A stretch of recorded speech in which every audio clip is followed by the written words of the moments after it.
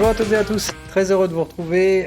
On fera une émission beaucoup plus complète, probablement demain ou pendant le week-end, je pense plutôt ce week-end, où on reviendra sur l'essentiel des différents actifs, parce que là, évidemment, post-élection américaine, il y a beaucoup de choses à revoir, beaucoup de mouvements. Maintenant, bon voilà, on va dire dans l'aftermath de cette élection, on a quand même des pré-signaux assez intéressants dont on va discuter spécifiquement aujourd'hui, plutôt pour faire une petite mise à jour et se retrouver, parce que ça fait un petit moment qu'on ne s'était pas parlé, sans pour autant nécessairement donc donner une grosse direction, parce que sinon ça ferait une émission d'une heure beaucoup trop bourrative, et surtout je peux pas pour l'instant assurer une émission d'une heure, c'est encore un peu trop lourd à bouffer pour moi. Donc on va aujourd'hui faire, donc comme on fait d'habitude, on va essayer donc de simplifier le processus d'analyse du contexte en regardant les différents facteurs qu'on suit toujours, et puis on va assez rapidement passer sur les graphiques, voir un petit peu donc ces premières réactions qu'on a sur les différents indices boursiers, et discuter donc de la nature de ces mouvements et de la façon dont on peut éventuellement les exploiter dans des stratégies spéculatives. C'est parti. Ok, alors pour le premier truc, donc toujours pareil au niveau du sentiment assez marqué, on le voit donc très nettement ici là-haut sur le sentiment des particuliers. Ce que je recherchais personnellement étant donc la croisée des chemins, c'est-à-dire de voir donc les deux courbes ici au niveau de l'oscillateur se croiser, ce qui aurait traduit évidemment le fait que donc le marché est entré en phase de consolidation et que à côté de ça, les investisseurs particuliers auraient donc normalement lutté, c'est-à-dire acheté le dip aux US au lieu évidemment de comprendre que le marché était en train de constituer un reverse majeur. C'est l'extrême opposé qui est en train de se produire, puisque donc ici on a un repli très net du sentiment. Les particuliers se remettent à shorter le S&P 500 alors qu'il monte, alors que très logiquement ici il faut plutôt se poser la question inverse. Est-ce qu'il ne faut pas justement commencer à penser à sortir les différentes stratégies de couverture? En tout cas c'est pour la part ce qui a été fait moi ces derniers jours. Donc on va discuter de tout ça, dans quelle mesure j'ai fait tout ça, et qu'est-ce que je pense surtout de la neutralité réelle de ces marchés, puisque d'un autre côté, le sentiment des professionnels, lui, est toujours très contrasté, très mitigé, et donc à mon sens, ça traduit encore le fait que l'information de qualité, elle est masquée. Et donc on va faire relativement attention aujourd'hui, essayer de décrypter ce marché, aussi compliqué que cet exercice soit-il. Voilà, donc moi toujours ce problème d'un sentiment professionnel qui n'est toujours pas encore une fois au sommet de son euphorie, on est toujours sur des zones très dangereuses, mais à côté de ça on voit bien que ce qui drive le marché c'est essentiellement les comportements spéculatifs, autrement dit les particuliers s'opposent, et ben allez on bourre tout à l'achat, et évidemment vous allez voir qu'il s'agit comme d'hab de ce même panel de 5 valeurs. Voilà, donc on va aller un petit peu plus loin ici, on continue dans notre lecture. Donc hier, on s'en fout donc de la stratégie intraday, même si on voit bien que donc hier, ça reste une séance, encore une fois, de bourrage à l'achat, mais surtout un bourrage sur le Nasdaq, donc toujours pareil, cet arbitrage de hausse du Nasdaq, qu'on va voir tout à l'heure dans les graphiques, très important.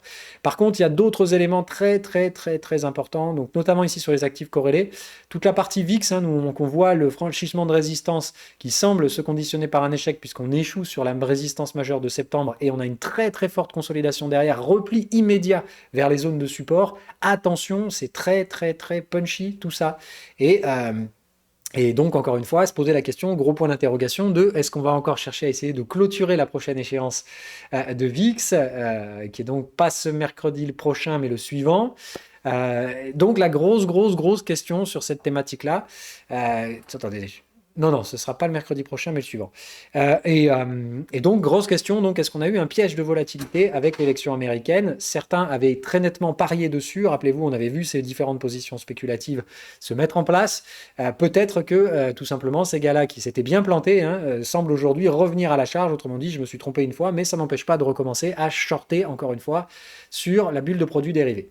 Le DAX à côté qui avait donc atteint mes premiers objectifs sur lesquels j'ai récupéré 75% de profit, chose que je fais normalement pas généralement, je fais plutôt 50% sur un premier objectif. Mais là voilà, le DAX il atteignait des beaux objectifs, il y avait certaines mêmes valeurs en Europe qui commençaient à déclencher des prix intéressants pour ma part, donc il y a eu des petits renforts à l'achat en Europe sur certaines valeurs, toujours pareil, là c'est achat-action, couverture sur les indices pour ma part. Donc le rebond des indices européens qui retourne un petit peu, on va dire, traiter les différentes zones de résistance précédentes. Par contre, à côté de ça, on voit que côté Nikkei, c'est la ça y est, stratosphère, donc échec du signal vendeur, piège, on est venu donc chercher la validation et bam, derrière, on vient choper tous les stop-loss, donc plus de vente pour moi sur le Nikkei, ça a été un échec.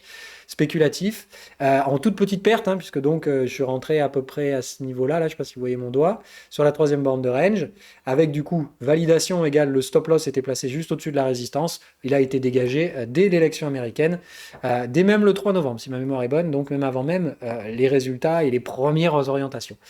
Donc voilà, toujours très problématique pour moi de naviguer ça. Sur la partie 30 ans, on avait atteint pareil la première zone d'objectif pour ma part, donc une première prise de profit, mais qui avait été plus marginale ici, et un petit rebond technique donc qui commence à se mettre en place. Donc question de la nature de ce rebond, on verra tout ça, mais on voit que c'est sur l'intégralité des secteurs de taux, donc on s'en doutait à peu près, puisque donc il n'y a pas du tout la vague bleue dont beaucoup de personnes à laquelle semblaient s'attendre. Moi, le premier y compris, hein, puisque donc je simplement suivais les statistiques, qui nous donnaient clairement une grosse probabilité de, de victoire large des démocrates. On voit que c'est pas du tout le cas. On sait même pas à l'heure actuelle qui sera le prochain président, même si clairement les bookmakers semblent toujours favoriser Biden. Le gros problème auquel on est confronté, c'est que le fait qu'il n'y ait pas du tout cette vague bleue traduit donc d'une part une fragilité atroce du camp démocrate qui avait mais juste un boulevard pour réussir cette élection, et il se plante complet, hein, ce qui traduit encore une fois qu'il y a un énorme problème dans le camp et dans le parti démocrate. Peut-être sur les choix de candidats, en tout cas voilà, hein, on voit bien qu'ils s'étaient chiés sur le choix Clinton. Apparemment ils se sont bien chiés également sur le choix Biden. Donc voilà, on va voir tout ça. Le truc c'est que même si Biden passe et qu'on sort donc Donald Trump de sa présidence, la transition s'annonce déjà compliquée, mais de toute façon il y aura très peu de majorité à la Chambre des représentants, peut-être même pas du tout de majorité au Sénat non plus, ce qui veut dire donc une cohabitation, enfin l'équivalent américain de nos cohabitations en France.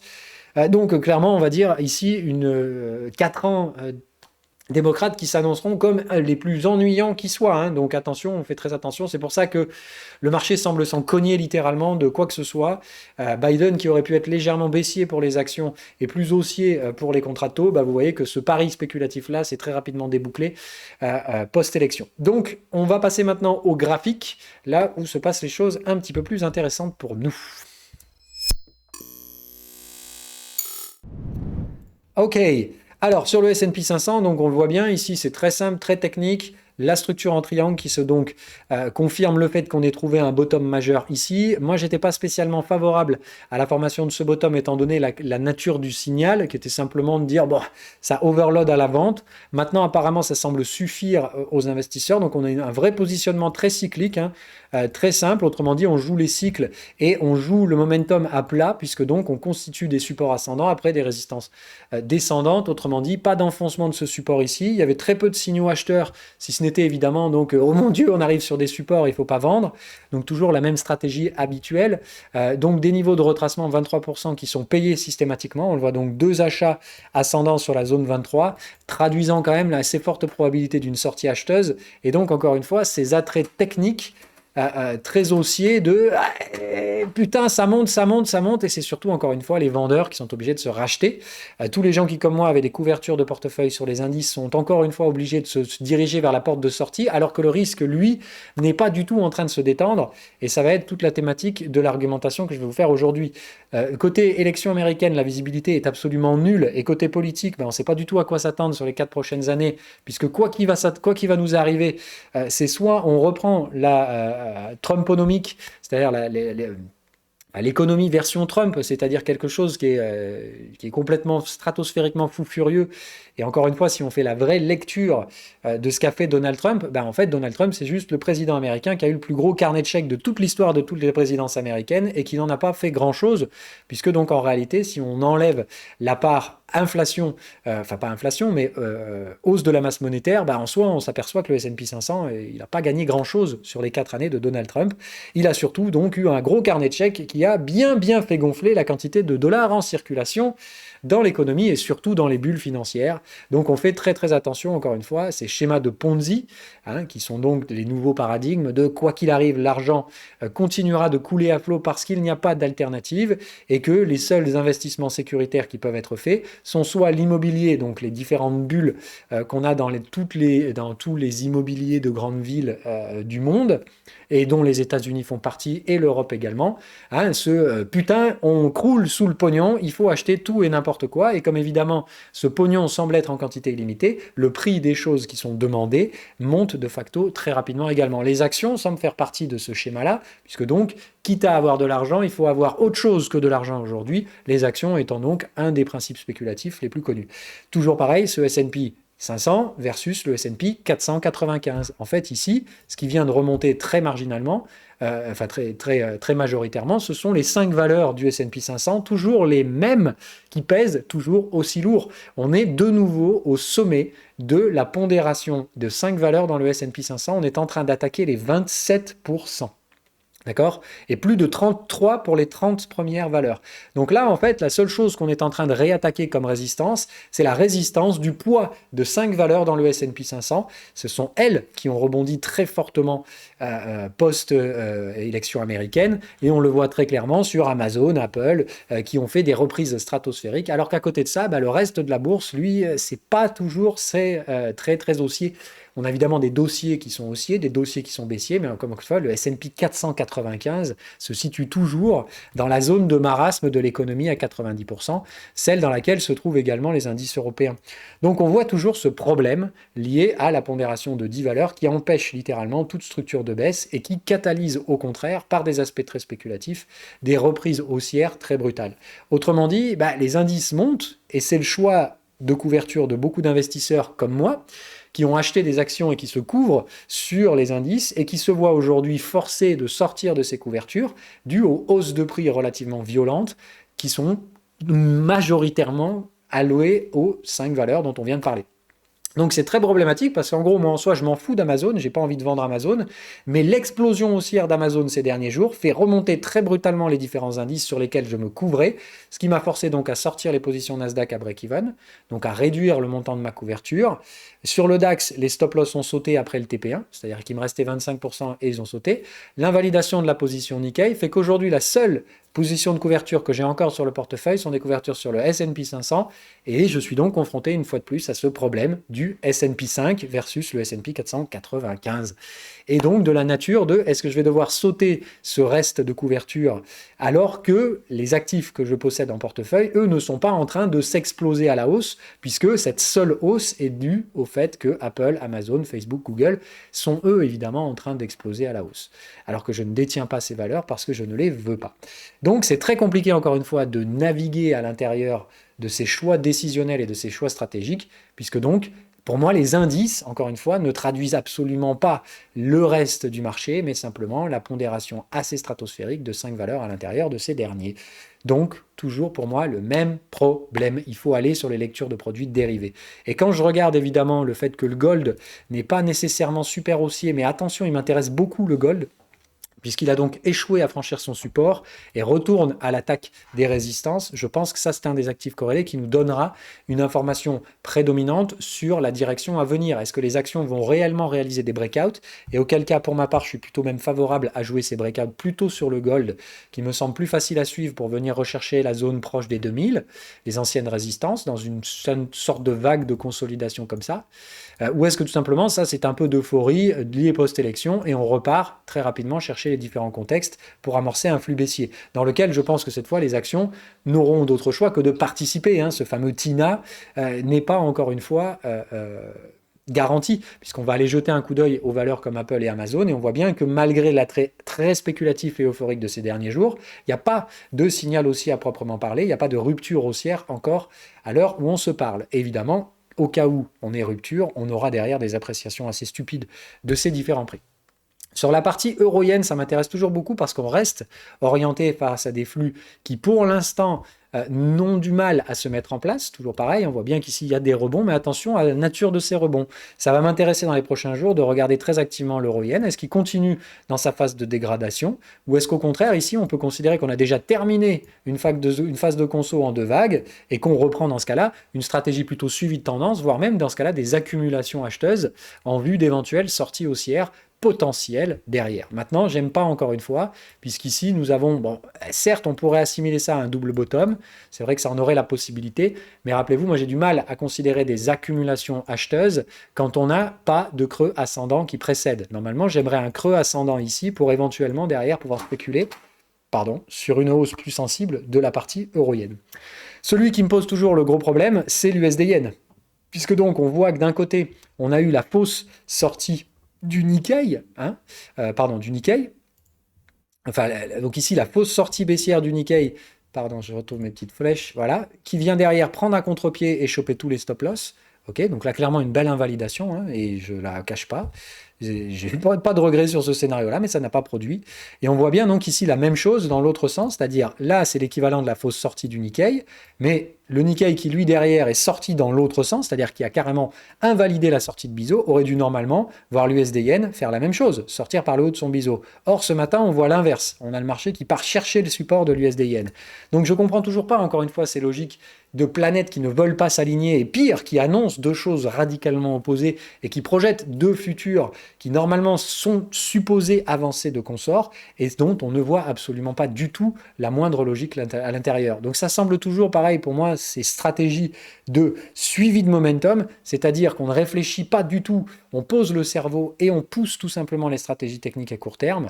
Donc moi évidemment, il y a les stratégies sur lesquelles j'ai un sentiment et donc je les suis, comme l'USD-Yen. Il y a des stratégies sur lesquelles j'ai un sentiment opposé à ce qui se passe sur les graphiques. C'est le cas sur les marchés actions et les marchés actions américains plus particulièrement. Et bien évidemment, sur cela, la question de se poser, est-il rationnel de chercher à s'opposer à ces mouvements? Oui, non. Pour moi, la réponse est toujours non, mais partiellement non. Être intégralement exposé à l'achat sur les actions et sur le secteur et le compartiment action général, c'est-à-dire encore une fois le S&P 495, me semble extrêmement dangereux. Mais comment fait-on pour naviguer le fait d'une couverture sur le S&P 500 du simple fait que 5 valeurs foutent littéralement en l'air toutes les stratégies indicielles? C'est toujours ce même problème. Je pense que l'USD-Yen est une réponse à ce sera et apportera une réponse à ce problème, de même que très probablement la réponse gold et la réponse taux à 30 ans.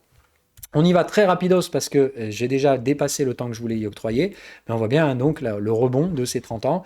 La question étant donc à ce stade-là, quelle est la nature de ce rebond pour la suite?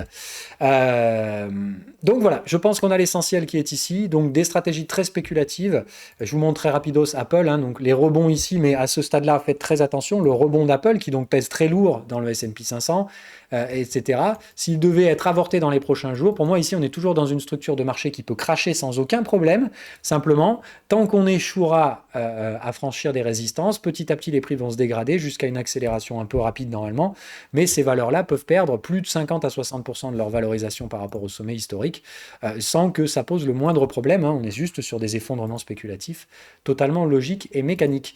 Encore une fois, les bulles spéculatives ont toutes une fin, simplement elles se terminent quand le momentum n'arrive plus à relancer sa machine. Donc là, de gros points d'interrogation donc de la nature de ces rebonds sur ces grosses valeurs. Est-ce qu'Amazon est réellement en train de donner un signal acheteur ou est-ce que tout simplement Amazon fait des replis vers les résistances avant de perdre son momentum et de reprendre une dynamique de perte de valorisation ou en tout cas de retour aux fondamentaux plus économiques de la valeur de ces sociétés-là. Encore une fois, elles peuvent perdre 30 à 40% de leur valorisation boursière sans que ça n'ait le moindre impact sur leur activité réelle. D'accord ?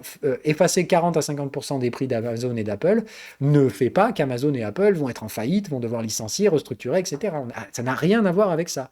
Encore une fois, ces hausses de prix n'ont aucun lien avec la hausse de valorisation réelle de ces boîtes. La baisse du prix qui en résulterait potentiellement en cas de crack n'aura pas plus d'impact. Voilà. Donc on fait juste attention. Le seul impact que ça va avoir, c'est qu'évidemment tous les investisseurs avides de gains qui auront acheté les résistances historiques et l'effondrement spéculatif qui en suivra causera, eux, malheureusement, évidemment, des pertes de capital assez significatives, avec tous les effets évidemment réels et bien réels que ça aura sur l'économie derrière, de gens qui avaient donc des économies dans le marché financier, qui vont voir ces économies se réduire et qui vont donc réduire leurs dépenses, et là, de manière donc indirecte, réduire de facto la profitabilité de toutes les entreprises sur le sol américain. Donc on fait encore une fois attention à cette très très forte spéculation des investisseurs américains et surtout donc des particuliers via des produits dérivés, etc. et qui achètent toujours pareil et qui spéculent à grands coups sur ces 5 à 10 valeurs, la bulle Robinhood n'étant qu'un des différents symptômes que nous ayons connus ces dernières années. Allez, on passe à la conclusion. Ok, j'ai essayé ici de faire la façon la plus synthétique qui soit, hein, pour vous éviter une émission d'1 heure, mais si je résume le sentiment post-élection américaine, c'est vraiment un gros coup de balai sur la table pour faire plus simple, à savoir donc ici encore un pari anti-statistique qui semble se profiler, puisque donc les statistiques mettaient Joe Biden très largement vainqueur également à la Chambre des représentants, ce qui semble donc ne pas du tout être le cas, hein, la fameuse vague bleue, non seulement du fait qu'elle n'existe pas, et même encore aujourd'hui à l'heure où on se parle, une très forte probabilité que Donald Trump soit réélu. Donc là, on est clairement à 180 degrés des statistiques, donc ils se sont encore une fois complètement plantés. Nos chers amis statisticiens, en tout cas, on va dire le vote populaire va à l'envers de ces statistiques. Il n'y a qu'un pas à faire, hein, pour dire que les gens aujourd'hui votent surtout à l'inverse de ce qu'on leur dit de faire. Je trouve ça assez rigolo d'ailleurs, mais bon, enfin, il y aurait toute une étude sociologique à faire là-dessus et on ne va pas du tout rentrer dans ces domaines-là. D'un point de vue purement utilisation statistique dans nos marchés, bah, qu'est-ce que ça cause? Ça cause toujours les mêmes replis et positionnements extrêmement spéculatifs, donc à savoir comment on gère cette dichotomie entre S&P 495 et S&P 5 dans une gestion de portefeuille, c'est très compliqué. Euh, Puisque donc utiliser une couverture indicielle aujourd'hui représente très peu et très mal la représentation réelle du risque. Donc toujours la nature de la question que je me pose moi, est-il aujourd'hui rationnel de maintenir des positions de couverture sur des indices qui ne représentent pas du tout le risque? Et si oui, dans quelle mesure? Parce que pour moi, être intégralement exposé à l'achat aujourd'hui est extrêmement dangereux pour un gestionnaire, tout comme évidemment maintenir des positions dans des actifs qui vont monter non pas parce que le risque se réduit, mais tout simplement parce que leur pondération devient toujours plus bullesque et favorable aux 10 valeurs que vous connaissez, et notamment les 5. Hein. On est encore une fois aujourd'hui en train de franchir, j'insiste là-dessus, les seules résistances que nous avons franchies depuis cette élection, c'est le poids que pèsent ces 5 valeurs dans les indices américains. On retourne au sommet et là on est en train, enfin, demain probablement on sera en train de déborder donc ce territoire donc de poids relatif de 5 valeurs à l'intérieur du S&P 500. Là, à l'heure où je vous parle, je viens de faire le calcul juste avant, on est à 26,6%. C'est le plus haut que j'avais enregistré à l'époque. On est à plus de 34% de poids pour les 10 plus grosses valeurs. Donc voilà, 10 valeurs pèsent plus d'un tiers du S&P 500. C'est quelque chose qu'on avait déjà vu. Mais là, après une phase de consolidation, on réattaque et donc on remet en question cette pondération, peut-être pour aller encore plus loin. En tout cas, c'est la grande question. Donc de cette bulle qui, encore une fois, pourra relancer des centaines de fois, mais n'échouera qu'une fois. Hein, voilà. Donc la question étant donc de dire, il faut ne pas être investi dans ces 10 valeurs quand elles vont se planter, ça c'est clair. Mais en attendant, parier activement contre ces 10 valeurs, ce qui est donc ce que je fais de manière assez indirecte en vendant et en utilisant le S&P 500 comme source de couverture pour mon portefeuille, puisque donc le poids de ces 5 valeurs, étant en bulle, si elles devaient relancer, vont causer des pertes sur ma couverture, alors qu'en face de ça, les actions que je possède, elles, risquent de ne pas nécessairement produire autant de gains.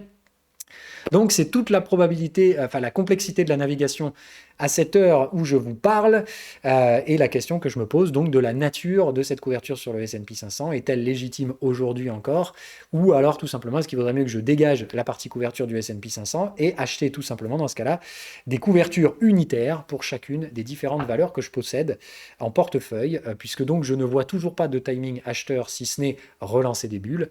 Autrement dit, le seul choix que vous avez aujourd'hui, c'est soit acheter le top 5, et parier qu'il va donc franchir la résistance et peser toujours plus lourd, ou bien ne rien faire. Et à mon sens, il me semble que pour l'instant, le fait que les planètes ne s'alignent pas m'invite toujours à beaucoup plus de prudence, autrement dit être acheteur moyen terme, oui, avec une part relative du capital et non pas être 100% investi aujourd'hui, donc encore moins être investi avec des leviers.